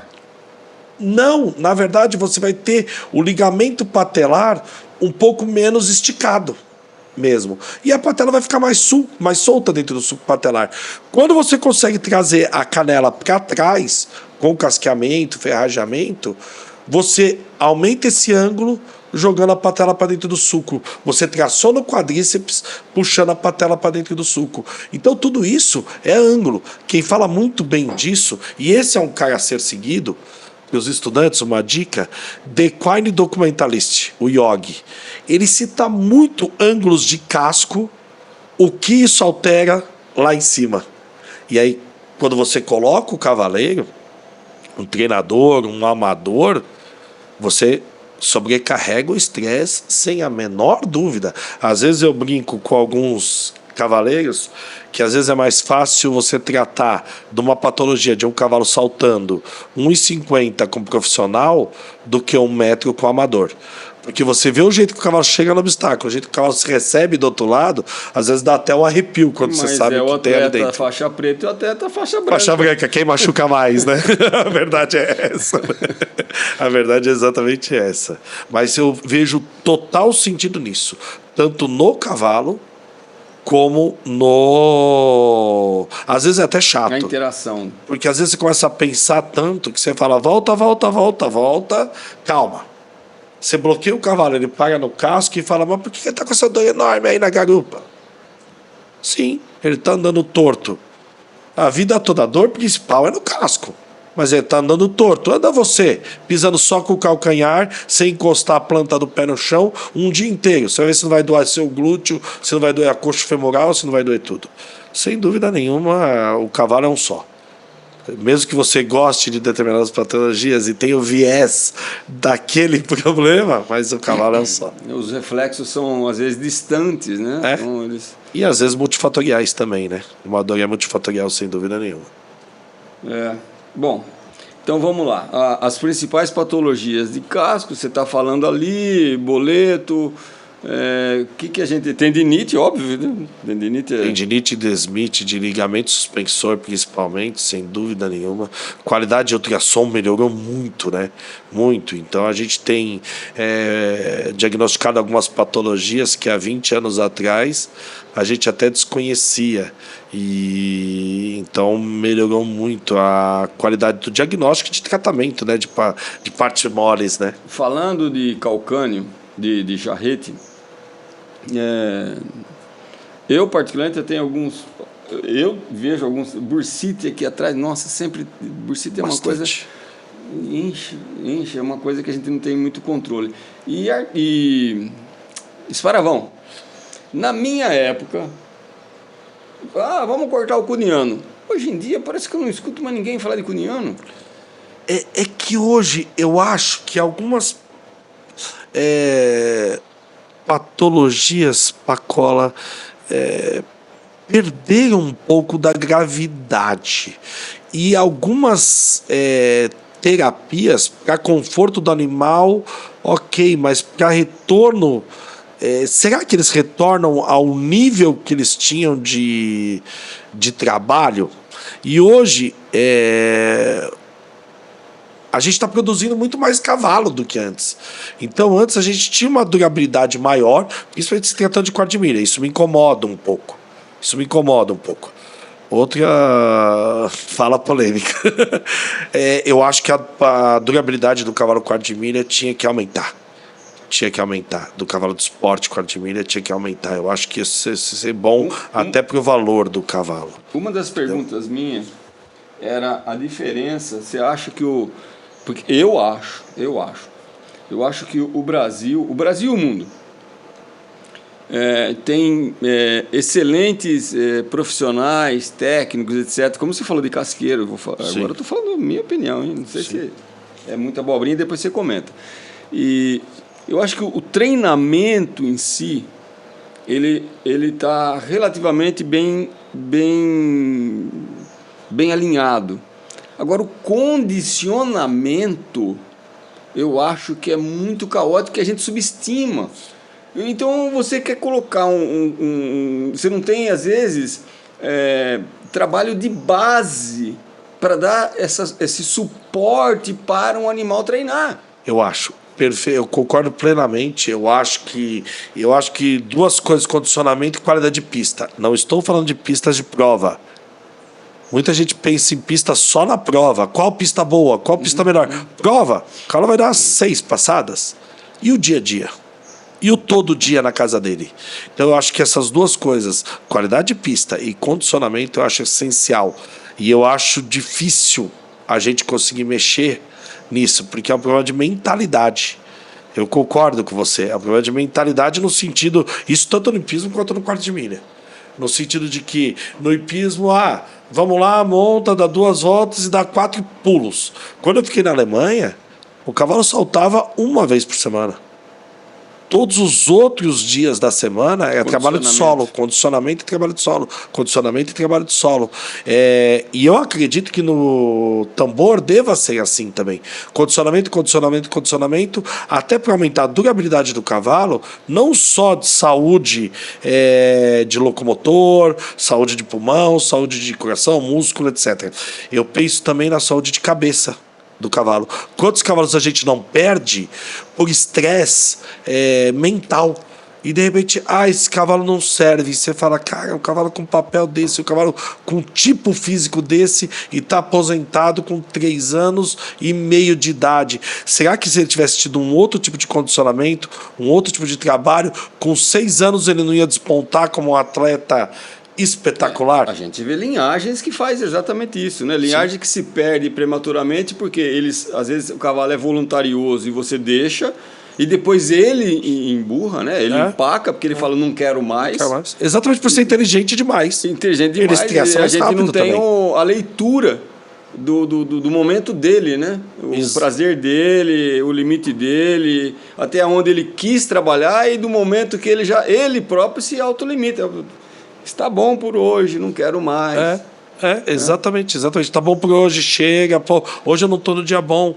Tudo bem, não é que ele não está no dia bom, ele tem que ir até fazer. Às vezes aquilo é uma dor subclínica que depois você vê que às vezes o cavalo está quieto, o cavaleiro sobe. O cavalo fica impaciente. O cavalo, começa assim. Ele está se desgastando. Mas por quê? É cabeça do cavalo interagindo com o cavaleiro de uma forma negativa e às vezes está impactando e prejudicando um tratamento. E nisso eu ouço muito a pessoa que monta. Amador, profissional, e às vezes as pessoas acham, não, esse cara é muito chato, tal, que às vezes ele fala, cara, esse cavalo tá esquisito, ele tá brigando muito, tal. Normalmente você vai lá, você vai achar alguma coisinha. É claro que tem que ter bom senso, porque também tem aquele que monta em 10 cavalos, os 10 estão ruins. Aí você fala, cara, já achei onde está o problema. Calma lá, né? Calma lá também. De 10 que você monta, os 10 estão com problema. Aí também. E aí eu também sou muito conservativo, porque se você for entrar também você vai sair infiltrando boleto, curvilhão, patela e coxo femoral. Calma, não, vamos ser mais assertivo. Vamos bloquear, vamos botar a pessoa a montar, ver se melhorou. Não melhorou. Bloqueia curvilhão, ver se o cavalo melhora. Não melhorou. Pô, então talvez seja patela e coxo femoral. E se você vê o encurtamento daquele pé, alguma coisa, melhor ainda. Aí você consegue ser muito mais assertivo no seu tratamento. Talvez um pouco mais demorado, que incomode algumas pessoas, mas mais assertivo pelo menos. Viu? Você falou uma coisa que eu também achei sensacional, que entra até em BEA, né? Ou maus tratos, BEA, que é a questão da onde o cavalo vive e não onde o cavalo vai competir. Porque outro erro, no meu entendimento, eu desde de jovem que eu escuto, né? O correto é você treinar como se estivesse competindo e competir como se estivesse treinando, né? E o indivíduo, quando ele vai para uma competição, ele sempre quer o a mais. E aí ele erra, aí ele passa do limite. Às vezes pelo ímpeto, né? Faltou, às vezes, um trabalho de base ali. Mas você falou a palavra mágica. O cavalo, quando ele vai para uma prova, a pista é muito boa. A questão é que ele está passando 2 vezes naquela pista. Ele passou 6 meses em outra pista. Né? Esse é o detalhe, né? Então, ali a ferradura está ótima, o casqueiro veio na semana anterior, está tudo... Mas ele trabalhou em outras condições, às vezes, menos ideais, né? E sim, sem dúvida, e ele tem que chegar na prova 100%, né? Agora, esse negócio de resolver problema na prova, para mim, pelo menos, não existe. Sabe? Eu super valido e acho super válido, super legal o acompanhamento do cavalo atleta em prova. Eu acho uma coisa muito bacana, acho importante, acho tudo isso, mas o proprietário achar que o cavalo pode chegar manco numa prova, que lá vai se resolver o problema para o cavalo correr bem, não. Ou dar o cavalo que se alimenta, como você disse, mal o ano todo, chega na prova e dá um sorinho e esse cavalo vai correr Bem, não. Eu tenho uma frase, essa é minha, de minha autoria. O Guaraná é Guaraná, a Coca-Cola é Coca-Cola. Se você misturar café no Guaraná, não vai virar Coca-Cola, vai ser um Guaraná com café. Não vai ser Coca-Cola. Então, o cavalo bom, o cavalo que tem coração, o cavalo, um bom atleta é um bom atleta. Se ele chegar 100% na prova, ele vai desempenhar o seu 100%. Uma pergunta que estava aqui na sequência é se os veterinários falam a linguagem. Existe uma linguagem única no sentido de o veterinário conseguir saciar as expectativas do criador, o criador saciar as expectativas do treinador. Ou você acha que existe muita linguagem aí paralela, um fala grego, outro fala troiano, um quer uma coisa, outro quer outra, e a somatória às vezes nem não surge por causa disso? Eu acho que a somatória não surge quando aquele cliente não é para você. Eu acho que você, depois de um tempo, você consegue estabelecer sua forma de trabalhar. E não queira não ser assim. Não queira copiar o Pacola. Não queira copiar... Bom, eu vou dar um exemplo aqui. De um grande amigo meu. O Alfredo. O Alfredo, quando eu comecei a despontar no Quadrimiro, o Alfredo surgiu e despontando também. Ele de uma forma de trabalhar, eu de outra forma de trabalhar. Na época, teve uma confusão mental. Até da minha parte. Vou falar, poxa... Ele age desse jeito, assim, assado. Mas eu nunca vou agir da forma dele. E que bom que eu não mudei minha forma de trabalhar na época. Porque hoje eu tenho meus clientes e atendo o anseio dos meus clientes. O Alfredo tem o cliente dele, atende os anseios do cliente dele. O João tem o dele, o Paulo tem o dele. E cada um atende os anseios daquele cliente. E você vai ter o cliente da forma como você trabalha, não o contrário. Que se eu for me adaptar aos anseios de cada proprietário, eu vou voltar àquilo que a gente falou no começo. Eu estou a um passo do burnout. Porque o cara vai querer que chegue com um cavalo aqui, no seu caso, com a mucosa completamente congesta, o cavalo com 30 horas de cólica na casa dele, e vai falar, você tem que salvar. E você falar, eu vou salvar esse cavalo, porque eu vou salvar para você, porque você é meu cliente. E vai chegar o outro que trouxe com 2 horas, com a mucosa ótima, tal. São 2 formas diferentes, e você é um só. Então, por exemplo, se eu for agir querendo agradar o criador amador que ama realmente o cavalo e querer agradar aquele que quer botar o cavalo para correr de qualquer forma, infiltrando com morfina, articulação, etc, etc, etc, eu não vou ser a mesma pessoa e isso vai impactar na minha forma de agir. Eu acho que o que você tem que pensar nesse sentido é o seguinte: eu sou o Hélio, eu trabalho desta forma e eu atraio clientes que pensam da mesma forma que eu. Se o cara chegar para mim e falar assim, Hélio, vamos infiltrar esse cavalo que ele tem que correr amanhã, e eu não concordar com isso, e eu fizer fora da minha conduta para agradar, falar a mesma língua do João e do Paulo... Traindo a si próprio e ao cavalo. E eu não vou dormir à noite, eu vou ficar mal com isso, eu vou me tornar uma pessoa que eu não quero ser. Entendeu? Tem pessoas que podem fazer isso? Tem, que bom. Porque vai agradar esse tipo de pessoa. Eu não acho que seja antiético. Eu não vou tacar uma pedra, esse cara faz isso, e é um absurdo. Não. E vou deixar bem claro uma coisa. Não, o exemplo que eu usei do Alfredo é um grande amigo meu, e ele não é esse cara, tá bom? Ele definitivamente não é esse cara. Entendeu? Eu tô falando isso porque, assim, como eu citei um outro exemplo de outra pessoa aqui, mas vai ter esse cara, vai ter o Alfredo, vai ter o Hélio, vai ter o cara que vai falar que dá um anti-inflamatório nesse cavalo que está completamente manco, vamos bloquear ele para ele correr, entendeu? Mas ele vai atrair o cliente que gosta disso. Que bom, porque esse cliente não é para ser o cliente do Hélio. O cliente do Hélio, isso eu posso falar para você, hoje, o meu cliente é o amador. E o amador vem da palavra que ama o cavalo. Entendeu? Porque eu vou falar para ele, esse cavalo, o ideal dele com essa tendinite é ficar 4 meses parado. Vai falar, tudo bem, ótimo. E como eu estou gostando de trabalhar com esse tipo de cliente? Pacola, como eu estou gostando de trabalhar com esse tipo de cliente? Espanta alguns? Espanta alguns, porque vai ter gente que vai falar, não, mas eu vou chamar o João que bota esse cavalo para correr em uma semana. Excelente. Esse João não é nem melhor nem pior do que eu. Hoje eu consegui entender isso. Teve época que eu pensei, cara, esse João é bom mesmo. Um cavalo que eu tinha que deixar 5 meses parado e conseguiu fazer correr em 15 dias, cara, ele é muito melhor do que eu. Hoje eu vejo que não, porque mais pra frente acaba pagando um preço que essa comunidade quer pagar. Tudo bem, não tem problema nenhum. Eu prefiro agir dessa forma. Eu ia te perguntar, o mercado amador e o mercado profissional, né? Quando você lida com pessoas que vivem daquilo e quando você lida com pessoas que são um pouquinho menos... Mas também eu vou reformular a pergunta, porque às vezes tem profissional muito mais... Tem. Muito mais coerente e tem amador muito mais aguerrido. Mas a palavra coerente é verdade, concordo plenamente, perfeito o que você falou agora.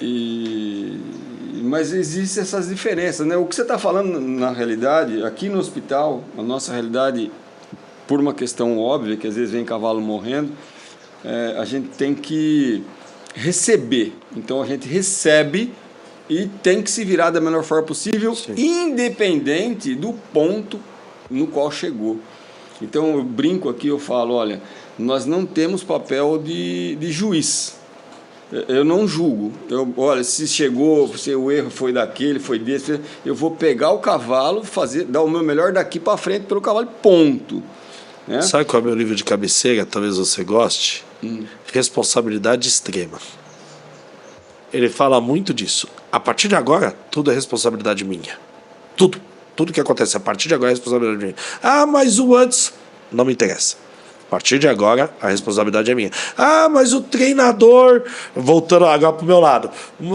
Não obedeceu o que você falou. Talvez eu não tenha sido tão claro. Talvez eu não tenha sido... Próxima vez eu vou mandar escrito no grupo de WhatsApp, onde está todo mundo, para se alguém ver, falar, olha, não está montando só meia hora, está montando 2. Entendeu? Talvez a responsabilidade é minha. Mas dali para frente tocar, né? E nesse aspecto, a gente fala bastante sobre limites, né? Éticos. Até aqui vai o meu limite, daí para lá vai o teu limite, né? Então, transferência de animais, eu mando um cavalo para você e, Hélio, dá uma olhada no cavalo, mas faz isso, o cavalo tem aquilo. Então, eu mandei, né? Porque não tratou.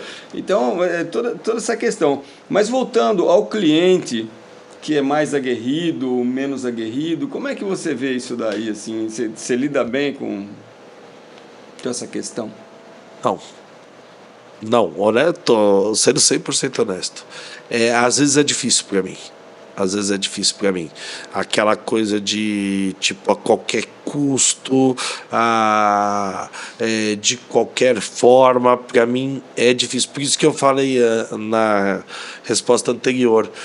Para mim, hoje eu consigo me dar ao luxo de falar, cara, acho que não me serve. Acho que não é meu perfil. Entendeu? E hoje eu consigo me dar ao luxo. Então, mas tem um adicional nisso, né? Porque muitas vezes, eu entendo o que você está falando e acho que está certíssimo, mas tem um adicional que hoje em dia, com o professor Google, sim, o cara, muitas vezes, ele chega, olha, eu vi isso assim, assado. Então, na realidade, ele não quer te ensinar. Não, ele quer uma opção, quer ele sua quer opinião trocar ideias. Sim, mas isso eu acho legal.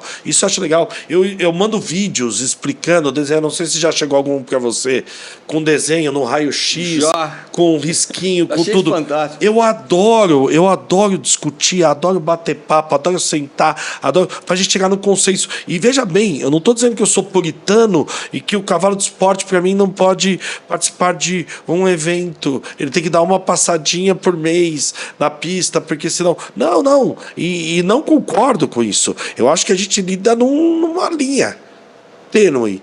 A minha tem um limite, é isso que eu quero dizer. O muito aguerrido é aquela coisa de não ligar, no sentido de que, pô, sai daqui, monta no caminhão, viaja para o Rio de Janeiro, chega lá, descarrega do caminhão, já tem que montar, porque amanhã tem prova, então vou pular 15 obstáculos, e aí no dia seguinte, pau de novo, e pau, e pau. Aí chega no último dia, faz uma faltinha e fala, nossa, esse cavalo tá muito mole.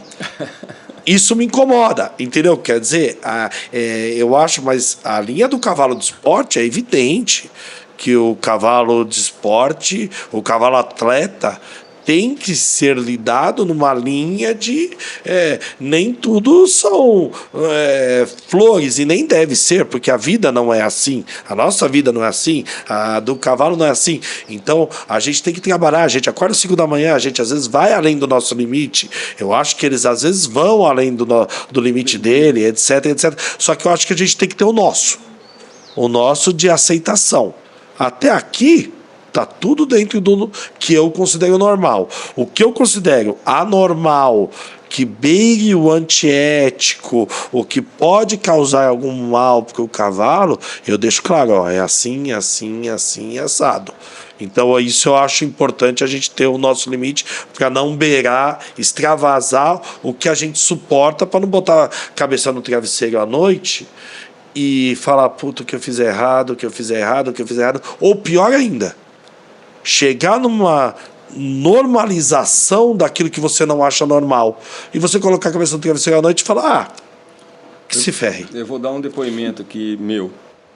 Várias vezes, em várias situações, a gente já sofreu bastante, porque comigo, às vezes eu falo até pro pessoal, falei, traiu o cavalo. Exatamente, é isso que eu estou falando.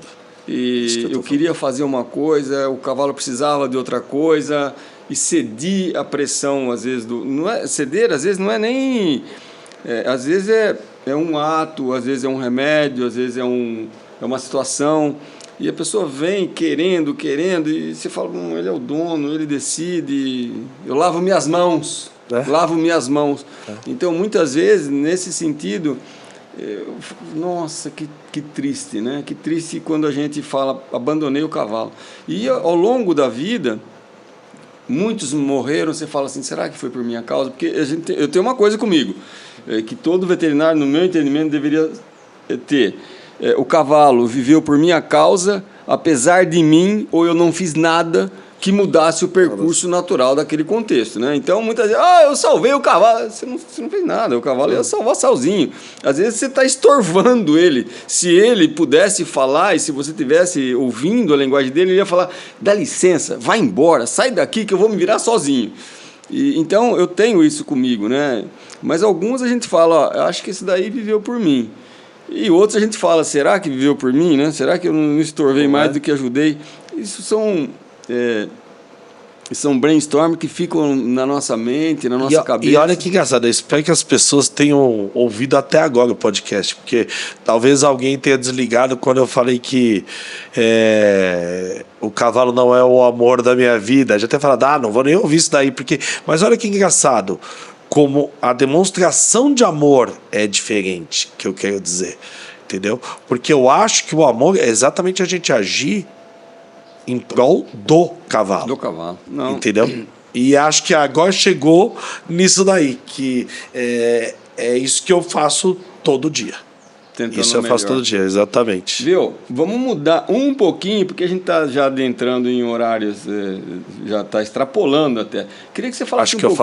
Acho que eu falo demais. Não, ninguém fala demais, é muito curto. Quando você falou que, na realidade, um podcast, ele é a pontinha de um iceberg, que a gente poderia ficar falando mais 5 horas de vários assuntos. Sim. A gente podia ficar falando da podotóquia, do esparavão, do béa, da pista, sem que dúvida. o cavalo treina, enfim, deriva.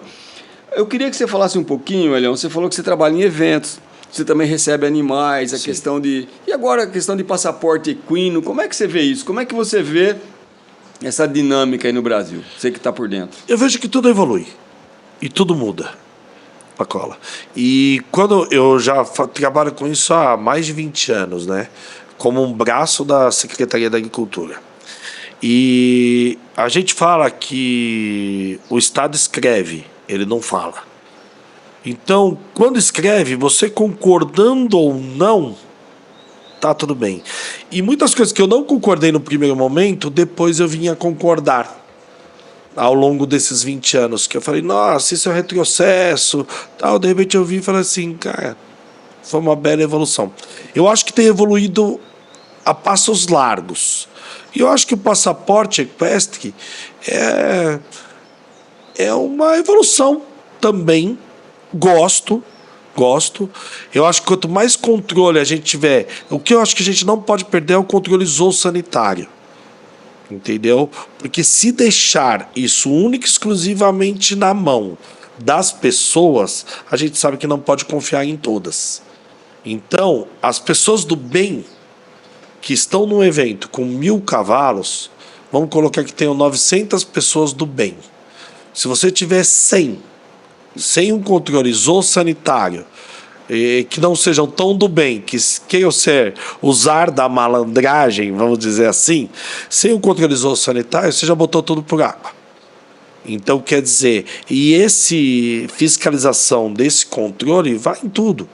Vai desde a coleta do sangue para um exame qualquer que seja, desde a vacinação, porque a gente sabe que, como eles fazem, como pode ser feito para melhorar esse controle da vacinação?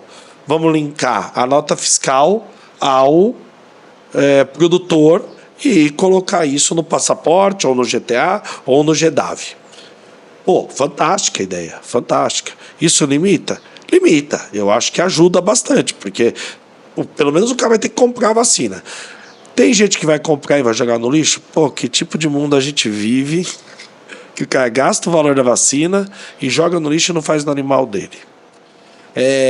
Além disso, esse controle eu acho que vai permanecer. Então eu acho que o passaporte só vem para ajudar. Isso é minha opinião. Então, no Brasil, o passaporte está só em São Paulo por enquanto? Goiás, eu acabei de vir do Goiás, eles já usam o passaporte. Então é uma coisa Goiás. Que está...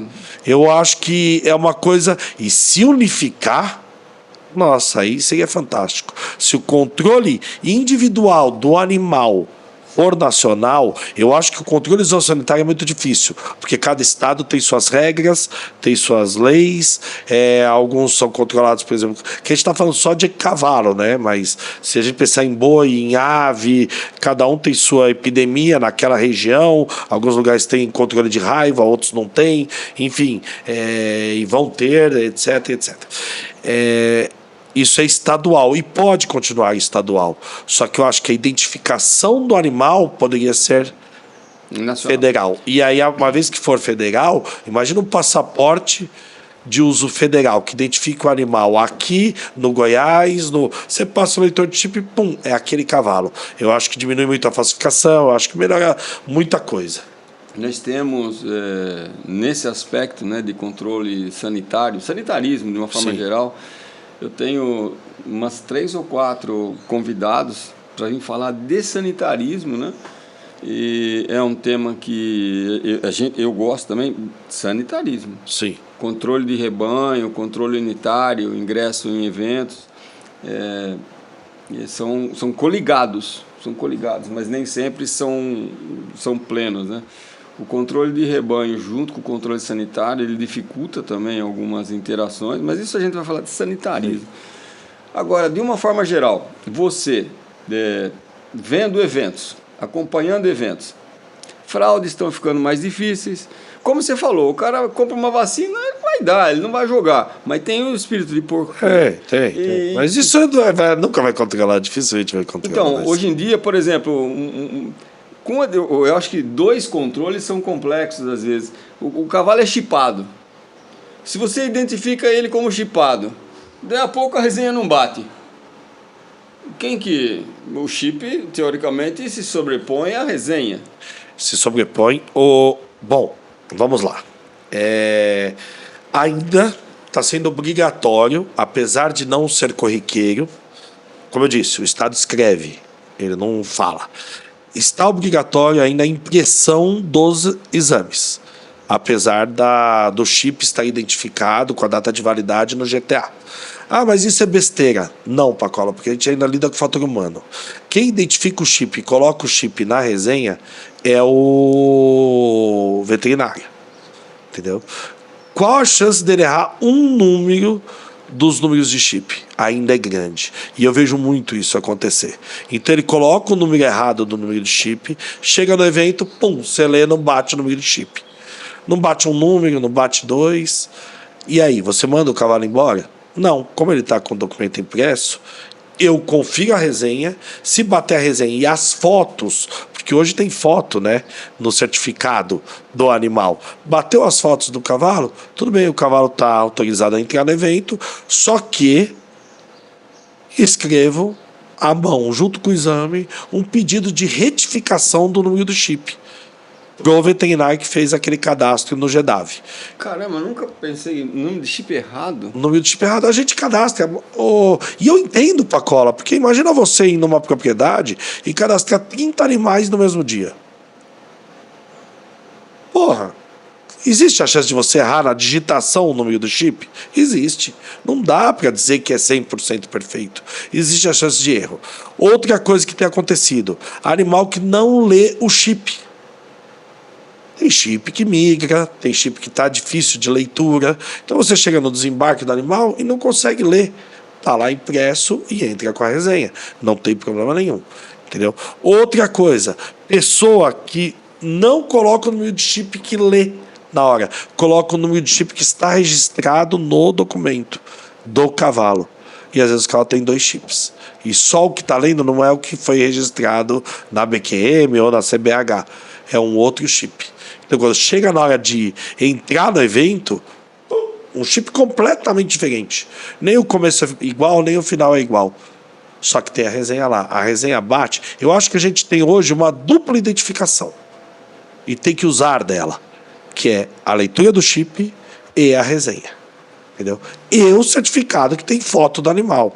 Não tem como não bater nenhum dos 3. Se não bater nenhum dos 3, desculpa, Pacola, viu? Mas então, não é o animal. Então, o que você está falando, porque eu sou membro da Câmara, eu posso levar, eu posso e devo, eu acho que levar essa questão, porque eu sempre pensei, quando eu falei de sanitarismo, controle de rebanho, a gente tem uma preocupação muito grande na forma de identificar o cavalo, né? E tem que diminuir todos os passos. As possibilidades. Isso que você está me falando aí, eu acho que a gente merece, acabando o podcast, não hoje, sim, mas sim. merece a gente fazer uma reflexão para minimizar isso daí. E agora, uma coisa que olha, antes do advento do DNA, há 20, 30 anos atrás, eu era o primeiro. Não, todos os cavalos têm que ter DNA, tem que ter DNA, tem que ter DNA. O que aconteceu? Aconteceu que os laboratórios não faziam o pareamento de alelos corretamente. Sim. E você viu laboratórios que eu perdi cavalos, um monte de gente perdeu cavalo, que a gente sabia que era filho daqueles animais. Sim. E não batia DNA. Falei, que loucura! Como não pode? Então, disso, eu comecei a fazer reflexões. Eu falei, o DNA é uma boa técnica, mas tem que padronizar laboratório, tem que padronizar a leitura, etc. Do mesmo jeito que eu acho que é o chip, o cavalo, no meu entendimento, o cavalo não pode ter 2 chips. A princípio, eu preciso fazer uma reflexão maior. Mas o cavalo não pode ter 2 chips. Ele foi chipado, é que nem se tem dois RG, 2 CPF. Eu consigo te convencer do contrário agora rápido.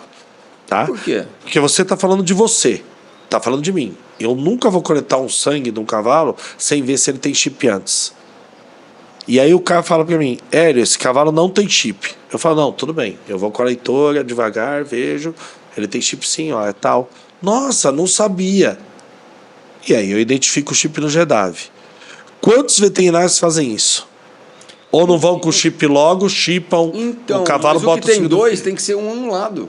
No meu entendimento. Mas como é que você anula um chip? Tira ele? Anula no Tudo bem. Aí ele vai chegar para ser recebido no evento. Vamos lá. Qual chip que, se tiver um anulado, ele tem que ter os 2 chips registrados. Eu entendo o que você está falando, porque eu posso ler o errado. Ou o segundo chip parar de funcionar.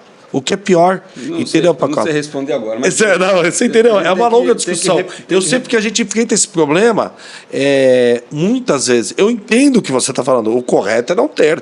O correto é você trabalhar 100% certo, entendeu? E quando não lê com uma determinada leitura de chip. Nós temos leituras de chip, de bastão, que lê o chip daqui até quase 20 metros da pessoa, do cavalo. Né? Exatamente. Que é ótimo, muito bom. E tem leituras de chip que são desse tamanho, um chaveirinho, que não tem a mesma potência de leitura daquele outro animal, entendeu? Então, muitas vezes a pessoa vai coletar com essa leitorinha. É padronização de técnica. Padronização de técnica, eu concordo com você. Mas é muito difícil padronizar com o número de veterinários e número de erros que a gente ainda enfrenta, entendeu? E acredite, eu pego no evento, acabei de fazer um evento com 1.100 cavalos, entendeu? Eu peguei 100 cavalos com divergência no número do chip. Então, nós estamos entrando numa era, só finalizando aqui, meu palpite. Isso aí é meu palpite. Se fosse bom, eu até ia te vender. Nós estamos entrando numa era que nós pegamos de 30 anos para cá regulamentações de studbook. PGI. Data de nascimento, data de cobrição, data de não sei o que lá. Então a gente acumulava um monte de informações porque não tinha outra ferramenta. Sim. Na ausência de uma ferramenta, você tinha que colocar alguma. Sim. Então você colocava, olha, se você não colocar a data que o cavalo cobriu, você não vai poder depois registrar o potro lá porque não tem a data de cobertura. E depois se não sei o que. Então a gente acumulava. Hoje em dia, nós temos mecanismos mais fidedignos. O que significa? Que nós vamos ter que olhar para trás e desapegar de alguns dados. Alguns dados vão ficar não precisa mais. Se tiver, até seria bom. Mas se não tivesse dado, vamos supor, um cavalo não tem data de cruzamento, não tem data de nascimento do potro, o potro está com 9 meses de idade, você fez o DNA, bateu, é pai e mãe, bateu. Faz de novo, bateu de novo, faz de novo, bateu de novo. Qual a dúvida? Nenhuma. Então, esse potro é filho daquele pai e daquela mãe. Concordo. Agora, se o cara não fez a data, ele não cumpriu ritos protocolares de studbook, ele que pague no bolso. Sim. Mas o potro tem registro. Tem registro. Tem registro. O potro fica em uma condição alienada, olha, não sabe data que nasceu, então ele não vai participar de prova baby. Ele não vai participar de provas, porque senão você vai falar que todo mundo faz isso. Vão fazer isso para poder ter potro. Exatamente. Eu não sabia, meu potrinho tem 1 mês de idade e está desse tamanho. Sim. Então vai existir uma fé. Mas eu acho que as ferramentas hoje em dia se sobrepõem. E a ferramenta mais importante tem que ir deixando do lado as secundárias. Olha, ou eu faço o mecanismo por isso, ou eu faço daquilo. Por exemplo, resenha é uma questão, eu acho que vai chegar um ponto. Antigamente ninguém tinha celular. Não. Eu acho que vai chegar um ponto, Até hoje porque tem foto. Tem a foto do cavalo que já está no GW para fazer a foto. Eu acho que vai chegar um ponto que a resenha vai ser encostada. Eu acho que vai chegar um ponto que a resenha vai ser encostada. Isso eu concordo com você. Eu acho que já está chegando. Hoje ainda a gente tem que fazer muitas vezes uma triagem de qual identificação está melhor para aquele animal na recepção do evento. Você tem que fazer uma alquimia, um malabarismo para muitas vezes não penalizar injustamente. Quem faz, Pacola? Ser complacente. Quem faz? Eu falo por mim, porque eu faço. Entendeu? Porque, infelizmente, a gente paga pelos ruins. Eu estou fazendo cada vez menos evento exatamente por ser chato. Entendeu? E cria-se a história do que só você fica fiscalizando o cavalo, só você não deixa entrar desse jeito. Tudo bem. Entendeu? Isso impacta. Mas padronização. Porque ninguém quer, exatamente. Elião, eu vou mudar de pato para ganso. Vou fazer uma pergunta nada a ver. Eu queria que você, na verdade não é uma pergunta, queria que você contasse algum caso que te marcou, que te machucou, que você lembra, você fala, aquele cavalo ali.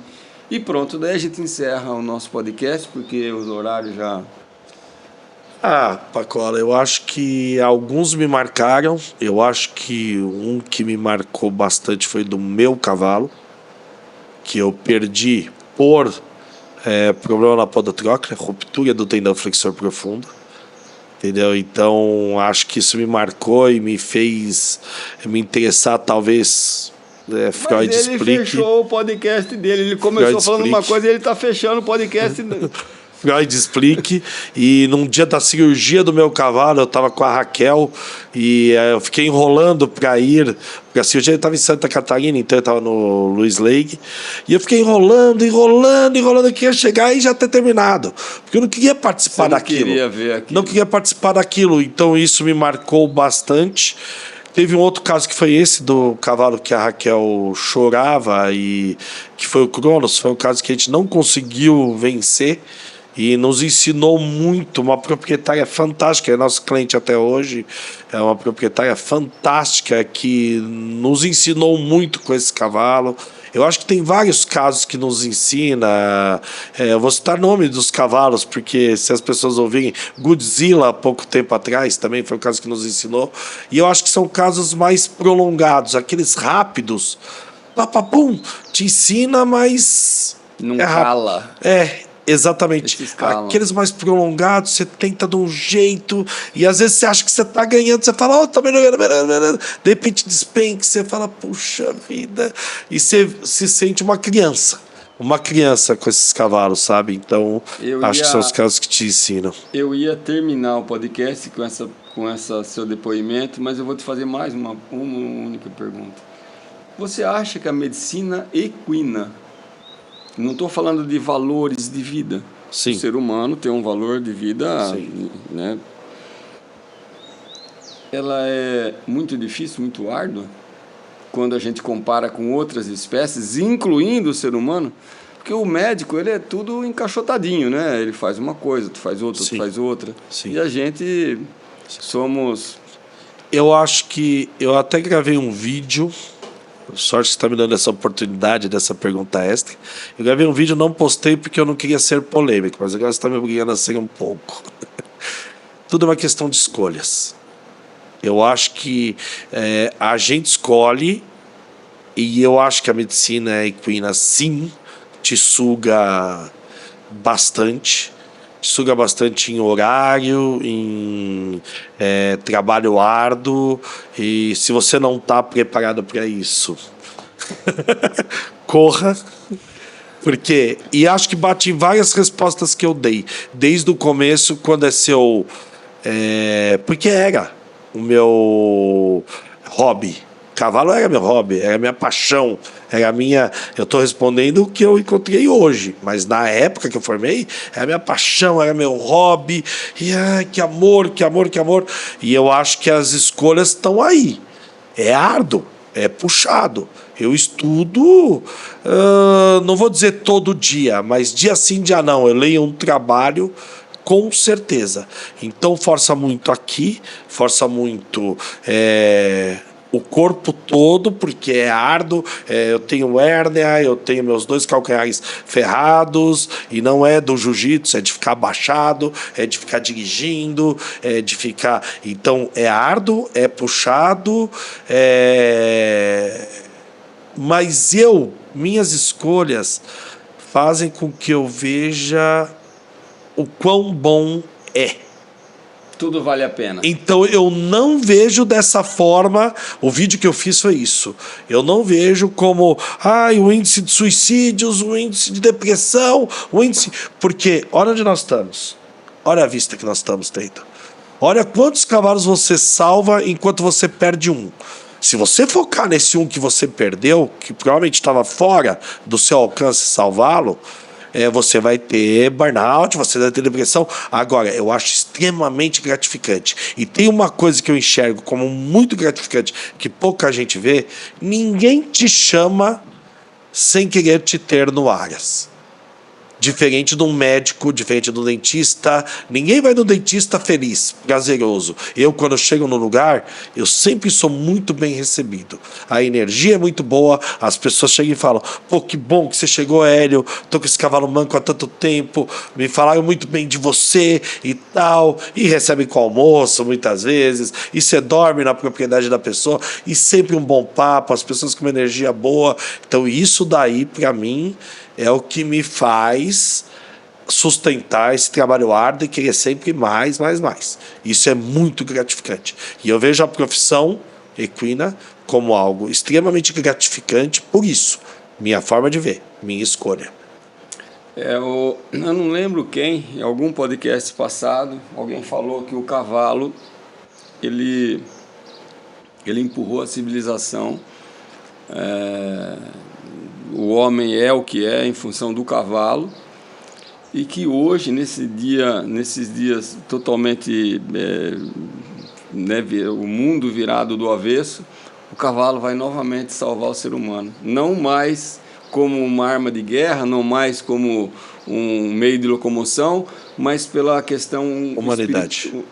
Humanidade e espiritualidade, eu acho. Espiritualidade, o cavalo, ele realmente gera impactos no intelecto, na emoção, na sensibilidade do ser humano, que é realmente algo bastante diferente. É só você enxergar. Você chama um pedreiro feliz, você vai num médico feliz, você vai num dentista feliz, você vai num mecânico do carro feliz. Você está entendendo? E de repente, você é recebido nos lugares com infelicidade, com um bico. Não. Sempre de uma forma bacana, de uma forma legal. Então, isso eu acho que lava toda a decepção que a medicina equina pode te trazer, entendeu? Mas tem momentos tristes? Claro que tem. Tem momentos decepcionantes, mas eu acho que, no geral, eu sou uma pessoa feliz com o que eu faço. Elião, o que eu posso te falar? Não ser obrigado. Pessoal, aproveitem. Ative o sininho. Como é que é? Curta, ative o sininho se você gostou, porque está ajudando a gente. E é isso. Até um próximo podcast. E reflitam sobre o que ele falou. Um abraço, pessoal. Um abraço. Obrigado por tudo, Pacola, mais uma vez. Obrigado a você.